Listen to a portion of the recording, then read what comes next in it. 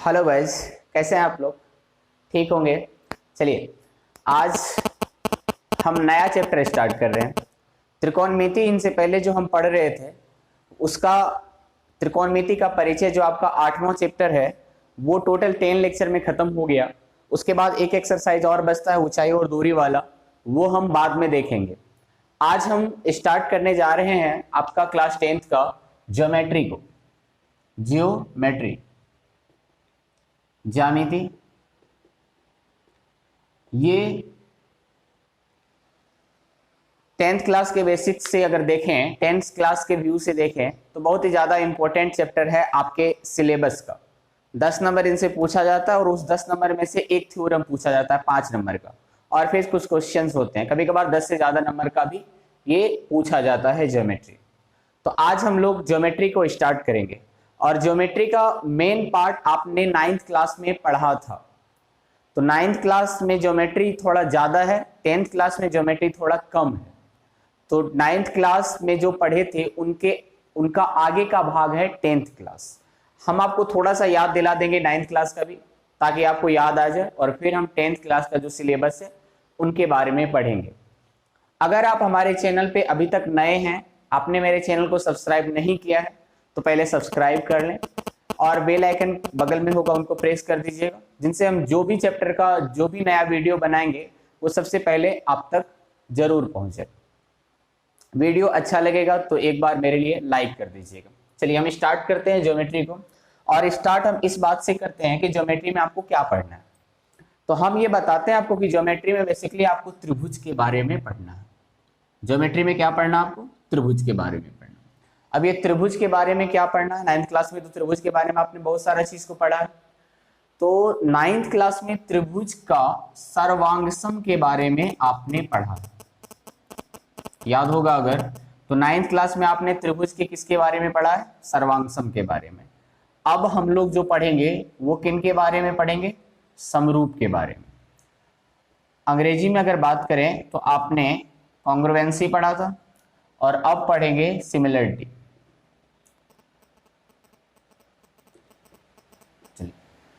त्रिभुज के सर्वांगसम, congruency of triangle 9th class में पढ़े थे। अब हम लोग सिमिलरिटी ऑफ ट्रायंगल पढ़ेंगे, लेकिन सिमिलरिटी ऑफ ट्रायंगल जानने से पहले थोड़ा सा फिर से हम आपको कॉन्ग्रुएंसी ऑफ ट्रायंगल पे लिए चलते हैं, ताकि आपका कॉन्सेप्ट अच्छे तरीके से क्लियर हो जाए, आप अच्छे तरीके से पहले कॉन्ग्रुएंसी को समझ सकें, और जब आप अच्छे तरीके से कॉन्ग्रुएंसी को समझ सकेंगे तो ही आप सिमिलरिटी पे चलेंगे। चलिए, सर्वांगसम के बारे में अगर हम बात करें तो सर्वांगसम देखो, सर्वांगसम को आप लिख सकते हो सर्व प्लस अंग प्लस सम। सर्व अंग सम, ये सर्वांगसम के बारे में हमें बता रहे। तो सर्व अंग सम, सर्व मतलब सभी होता है, संस्कृत में आप पढ़ेंगे। सर्व मतलब सभी, अंग मतलब भाग होता है, और सम मतलब समान, यानी और ये सारे चीज कितने, ये कॉन्ग्रुएंसी है या फिर सिमिलरिटी है, ये कम से कम 2 ट्रायंगल रहेगा तो लागू होगा।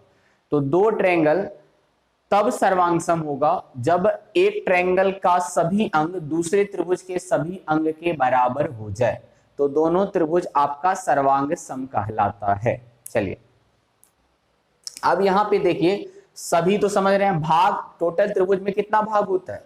टोटल 6 गो भाग होता है त्रिभुज में। टोटल कितने भाग होते हैं? 6। कैसे बोलेंगे? कैसे? तो 3 गो आपका एंगल हो गया और 3 गो आपका साइड हो गया। तो अगर एक ट्रायंगल का तीनों कोण और तीनों भुजा दूसरे त्रिभुज के तीनों कोण और तीनों भुजा के बराबर हो जाए, करस्पॉन्डिंग संगत, तो एक त्रिभुज दूसरे त्रिभुज का सर्वांग सम कहलाएगा। हम कुछ चित्र बनाते हैं, वहां से आपको बताते हैं। यहां देखिए, जैसे कि ये एक त्रिभुज है, ट्रायंगल, और ये भी एक आपका ट्रायंगल।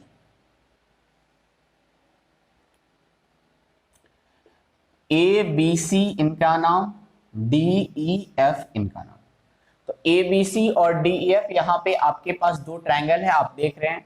अब दोनों त्रिभुज सर्वांगसम कब होगा? तो अगर ऐसे सोचो कि सर्वांगसम मतलब पूरा पूरा बराबर, एक त्रिभुज को उठा करके अगर दूसरा त्रिभुज में रख दें तो पता ही ना चले हमको कि एक त्रिभुज है कि 2 त्रिभुज है, तो वो सर्वांगसम होगा। मतलब एक त्रिभुज पूरा पूरा दूसरे त्रिभुज को कवर अप कर ले, पूरा पूरा कवर अप कर ले, थोड़ा सा भी स्पेस ना बचे, ना छोटा ना बड़ा, पूरा पूरा एक दूसरे को वो क्या कर ले, कवर अप कर ले। अगर हम इस त्रिभुज को उठा के यहाँ पे रखें तो ए चला जाए डी पे, बी चला जाए ई पे और सी चला जाए एफ पे, तब आपका ट्रायंगल एबीसी सर्वांगसम कहलाएगा ट्रायंगल डीईएफ का, अगर पूरा पूरा बराबर होगा। अब ये पूरा पूरा बराबर हमेशा तो आप कर नहीं सकते हैं, हमेशा आपको देखने से लगेगा, लेकिन होता क्या है एक्चुअली, होता है कि नहीं होता। तो अब यहाँ पे कब होगा ये, तब होगा जब ए बी, देखो इनका एक साइड कौन है, ए बी, तो ए बी कहाँ चला जाएगा, डीई पे, तो ए बी इक्वल होगा किनका, डीई का। बीसी, बीसी किनका इक्वल होगा, ईएफ का। और एसी, एसी किनका इक्वल होगा, डीएफ का। ये साइड इनके बराबर, ये साइड इनके बराबर और ये साइड इनके बराबर, करस्पॉन्डिंग, संगत का बड़ा महत्व है यहाँ। फिर कोण ए, तो कोण ए किनके बराबर होगा, कोण डी के, कोण बी कोण ई के, और कोण सी कोण एफ के बराबर होगा।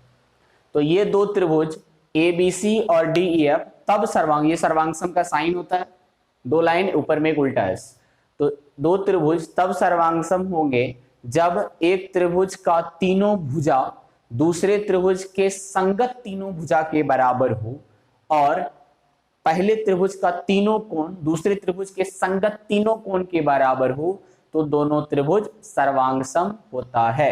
9th क्लास में बड़ा डिटेल से इनके बारे में बताया गया है।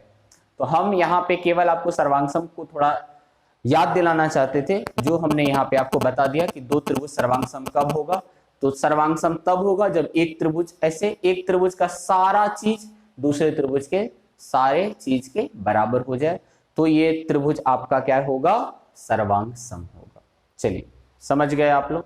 उसके बाद आपने क्राइटेरिया भी पढ़ा था, क्योंकि हमेशा ये छह पार्ट दूसरे त्रिभुज के 6 पार्ट के बराबर करना संभव नहीं था, तो इसीलिए कुछ क्राइटेरिया आपने पढ़ी थी कि एस एस एस, एक त्रिभुज के तीनों भुजा दूसरे त्रिभुज के तीनों भुजा के बराबर हो जाए तो सर्वांगसम होता था। फिर आपने पढ़ा था एस ए एस, एक त्रिभुज के दो भुजा और उनके बीच का कोण दूसरे त्रिभुज के दो भुजा और उनके बीच का कोण बराबर होता था, तो भी दोनों त्रिभुज सर्वांगसम होता था। उसके बाद आपने ए एस ए पढ़ा था, एक त्रिभुज के दो कोण दूसरे त्रिभुज के दो कोण और उनके बीच का भुजा और उनके बीच का भुजा अगर बराबर हो जाए तो भी ये सर्वांगसम होता था। और एक ऊपर में पढ़ा था कि एक त्रिभुज के दो कोण और उनके बगल वाला भुजा दूसरे त्रिभुज के दो कोण और उसके बगल वाला भुजा के बराबर हो जाए तो भी दोनों त्रिभुज सर्वांगसम होता था। और लास्ट में आपने पढ़ा था आर एच एस, यानी ये समकोण त्रिभुज में लागू होता था। समकोण त्रिभुज, यदि समकोण त्रिभुज में कर्ण और कोई एक भुजा बराबर हो जाए दूसरे त्रिभुज के, तो ये आपका आरएचएस प्रॉपर्टी से सर्वांगसम हो जाता था। ये 5 प्रॉपर्टी याद करिए अच्छी तरीके से, ये 5 प्रॉपर्टी आप जानते होंगे जो सर्वांगसम करने के लिए उपयुक्त था। चलिए अब हम लोग चलते हैं 10th क्लास के सिलेबस में, ये 9th क्लास का सारा कुछ था। तो यहां पे क्या है आपका समरूप, सम मतलब समान, रूप मतलब आकार। अगर आपका आकार समान हो, आकार मतलब उसका मॉडल एक तरीके का हो, रूप उनका एक तरीके का हो, जैसे आकार नहीं, एक ऐसा छोटा त्रिभुज और एक बड़ा त्रिभुज, इसका देखो कि यहां पर शेप एक है, मतलब एक ही तरह लग रहा है कि ये भी त्रिभुज है और ये भी त्रिभुज है, लेकिन अंतर क्या है इसमें कि एक छोटा त्रिभुज है और एक बड़ा त्रिभुज है। सर्वांगसम तो ये नहीं है। क्यों नहीं है? क्योंकि एक त्रिभुज दूसरा त्रिभुज के बराबर तो देखने से लग ही नहीं रहा है कि दोनों बराबर होगा, तो ये सर्वांगसम नहीं है। अब समरूप है कि नहीं है, तो समरूप का डिफिनेशन होता है कि वो देखने से उनका रूप एक तरीके का हो, एक तरह का हो, लेकिन आकार अलग अलग हो, आकृति छोटा बड़ा हो सकता है। तो ये भी त्रिभुज है और ये भी त्रिभुज है, तो दोनों का आकार समान लग रहा है, इसीलिए क्या होगा समरूप। लेकिन समरूप कब होगा? जब इस त्रिभुज का ये कोण इस कोण के बराबर हो जाए, ये दूसरा कोण ये दूसरा कोण के बराबर हो जाए, और ये तीसरा कोण ये तीसरा कोण के बराबर हो जाए। अगर एक त्रिभुज के कोण दूसरे त्रिभुज के कोण के बराबर हो तो दोनों त्रिभुज समरूप कहलाता है। और भी एक कंडीशन हम बताएंगे, लेकिन अभी आपको ये समझिए कि केवल कोण से समरूप हो जाता है, इसमें भुजा का कोई बात नहीं है। भुजा कुछ भी रहे, कोई फर्क नहीं पड़ता, लेकिन कोण क्या होना चाहिए, बराबर होना चाहिए। सर्वांगसम में ऐसा नहीं था, वहां पे भुजा इंपॉर्टेंट था, भुजा होता ही होता था। लेकिन यहाँ पे अगर ये बोल दें हम कि 30 डिग्री है, ये भी 30 डिग्री है, ये अगर बोल दें 50 डिग्री है, ये भी 50 डिग्री है, ये 110 डिग्री है, ये भी 110 डिग्री है, तो आप आराम से कह सकते हो कि ट्रायंगल ABC और ट्रायंगल DEF दोनों जो है आपका वो समरूप है, और समरूप का साइन केवल उल्टा S, वो दो बराबर खत्म। तो ट्रायंगल ABC समरूप हो जाएगा त्रिभुज DEF का। अच्छे तरीके से समझिए, अभी सिर्फ शुरुआत है। समरूप त्रिभुज का समरूपता का गुण ये है कि उनके कोण बराबर होना चाहिए। चलिए अब अगर भुजा के बेसिस पे हम सोचेंगे तो क्या होगा,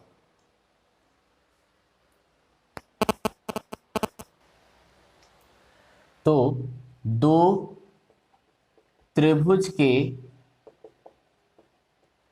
समरूप होने के शर्त, देखो दो त्रिभुज समरूप कैसे होगा, क्या शर्त है जिनसे कि दो त्रिभुज आपस में समरूप हो जाएगा। आप क्वेश्चन बैंक में देखोगे तो ये हर एक साल बाद एक साल तो पूछ ही देता है कि दो त्रिभुज के समरूप होने के शर्त को लिखो, 2 नंबर में पूछ देता है। तो आज यहां से आप क्या देखोगे कि अभी तुरंत आप पढ़े कि समरूप होने का तो पहला शर्त यही है कि दोनों त्रिभुज का जो कोण होना चाहिए वो एक दूसरे के बराबर होना चाहिए। तो क्या करेंगे, दो त्रिभुज समरूप होने के शर्त पहला है कि दोनों त्रिभुज के संगत कोण, यहाँ पे संगत लिखने का बड़ा महत्व है, संगत कोण बराबर हो। संगत कोण का मतलब होता है जैसे कि ये दो त्रिभुज है तो ऊपर वाला के बराबर, नीचे वाला नीचे वाला के बराबर, इसी को संगत कहते हैं। तो ये संगत याद रखेगा, दोनों त्रिभुज के जो संगत कोण होगा वो एक दूसरे के बराबर होगा। और दूसरा कंडीशन होता है कि संगत भुजा जो है दोनों त्रिभुज का वो एक आनुपातिक हो, संगत भुजाएं आनुपातिक हो। संगत भुजा क्या होना चाहिए, आनुपातिक होना चाहिए। ठीक है, अब ये आनुपातिक क्या होता है, आनुपातिक ये होता है जैसे अगर हम एक छोटा त्रिभुज बना लें और एक बड़ा त्रिभुज, क्योंकि समरूप तो छोटा बड़ा कुछ भी नहीं पता चलता है, छोटा बड़ा समरूप हो सकता है। अगर हम इसका नाम ABC दे दें, इनका नाम DEF दे दें, यहाँ पे ये 4 है, ये 8 है, ये 5 है, ये 10 है, ये 6 है और ये 12 है। तो देखो कि अगर हम अनुपात निकालें किसका, संगत भुजा का, अनुपात मतलब किनका, संगत भुजा का, तो इस दोनों का अनुपात निकालेंगे तो 4/8 कितना होगा, 1/2। फिर इस दोनों का अनुपात निकालेंगे तो 5/10 कितना हो गया, 1/2। फिर इस दोनों भुजा का अनुपात निकालेंगे 6/12 कितना हो जाएगा, 1/2। देखो तीनों अनुपात जो है, तीनों भुजा का अनुपात जो है वो बराबर है, 1/2 है। तो ये अनुपातिक का यही मतलब होता है कि एक संगत भुजा का जो अनुपात होगा वही दूसरा संगत भुजा का भी अनुपात होगा, और वही तीसरा संगत भुजा का भी अनुपात होगा। आप फिगर को देख करके ही कह सकते हो, जैसे ये 4 है तो 8, 4 को 2 से मल्टीप्लाई किया 8 हो गया, 5 10 तो 5 दूना 10 और 6 दूना 12। मतलब एक त्रिभुज का जो भुजा है और दूसरे त्रिभुज का जो भुजा है वो दुगुना का रिलेशन है। पहला त्रिभुज का भुजा जो है दूसरा त्रिभुज का भुजा उनसे क्या है, दुगुना है, सारा भुजा ऐसा है। हाँ, अगर ये 8 हो जाता और ये 11 हो जाता तब ये समरूप नहीं होता। एक अगर दुगुना है तो सब क्या होना चाहिए, दुगुना होना चाहिए। समझ रहे होंगे बात को आप। पहला तो ये था कि कोण बराबर है, वो तो हम बता चुके हैं आपको कि बस कोण बराबर, अगर कोण A कोण D के बराबर, कोण B कोण E के बराबर और कोण C कोण F के बराबर, तो भुजा को हमको देखना ही नहीं है, तब तो ये 100% एक दूसरे का समरूप होगा। ठीक, लेकिन अगर भुजा के व्यू से देखें तो प्रत्येक भुजा जो है, प्रत्येक संगत भुजा वो एक दूसरे का क्या होना चाहिए, आनुपातिक होना चाहिए। ठीक है, चलिए कुछ क्वेश्चन इनके बेसिस पे करते हैं तब आपको पता चलेगा। जैसे यहाँ पे आपको ये दे दिया, ये त्रिभुज है और एक बड़ा सा त्रिभुज, इस दोनों त्रिभुज में ये 50 डिग्री, ये भी 50 डिग्री, ये आपका 60 डिग्री, ये भी आपका 60 डिग्री, और आपसे ये पूछ रहा है कि ये दोनों त्रिभुज समरूप है या नहीं। तीसरा एंगल नहीं दिया हुआ, तो आप क्या करोगे, आप पहले तीसरा एंगल को निकालोगे।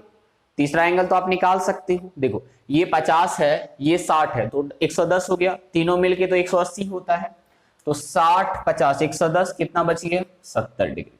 उसी प्रकार यहाँ भी ये कितना हो जाएगा, 70 डिग्री। अब देखो इस त्रिभुज का तीनों कोण इस त्रिभुज के तीनों कोण के बराबर है कि नहीं है, अगर बराबर है तो ए बी सी समरूप हो जाएगा किनका, डी ई एफ का। अगर इनका नाम हम ए बी सी और डी ई एफ कर दें तो। उसी प्रकार भुजा के बेसिस पे देखें तो एक त्रिभुज और एक दूसरा त्रिभुज, यहाँ पे अगर हम यहाँ पे ये कर दें कि ये 4 है, ये 6 है, ये आपका 8 है और ये आपका 12 है, ये आपका 2 है और ये आपका 3 है, तब अगर हम पूछे कि ये दोनों त्रिभुज समरूप है या नहीं है, तो आप भुजा को देखोगे तो पहले ये देखो ए बी के साथ किसका रेशियो निकालना है, डीई का। तो अगर हम ए बी और डीई का रेशियो निकालें, ए बी बट्टे डीई करके रेशियो अनुपात, तो कितना होगा, 2/3, ये कटेगा नहीं कटेगा। फिर बीसी के साथ किनका, ई एफ का, ये होगा 4/6, ये कटेगा कटेगा 2/3। फिर आप किसका निकालोगे, ए सी बट्टे डी एफ, ये कितना हो गया 8/12, 2/3। यानी तीनों संगत भुजा जो है उसका अनुपात क्या है, बराबर है। अगर तीनों संगत भुजा का अनुपात बराबर है तो आप इस दोनों त्रिभुज को क्या कह सकते हो, ये भी आपका क्या है, समरूप है। इसके बारे में और डिटेल से हम एक्सरसाइज में जब क्वेश्चन बनाएंगे तो आपको बताएंगे। अभी लेकिन आप इस बात को याद रखिएगा, थोड़ा सा भी आप समझ गए होंगे कि समरूप त्रिभुज किसको कहते हैं। समरूप त्रिभुज उसको कहते हैं जब दो त्रिभुज का जरूरी नहीं कि आकार समान हो, एक बड़ा एक छोटा हो सकता है, ये चलेगा। सर्वांगसम में ऐसा नहीं होता था, सर्वांगसम में दोनों फिगर एग्जैक्ट एक दूसरे का बराबर होता था, लेकिन समरूप में बराबर हो ऐसा जरूरी नहीं है, बड़ा छोटा भी हो सकता है। लेकिन एक त्रिभुज का जो कोण होगा दूसरे त्रिभुज के संगत कोण के बराबर होगा, और एक त्रिभुज का भुजा जो होगा दूसरे त्रिभुज की भुजा के अनुपातिक, मतलब एक भुजा अगर दुगुना है तो दूसरा भी दुगुना होगा और तीसरा भी दुगुना होगा।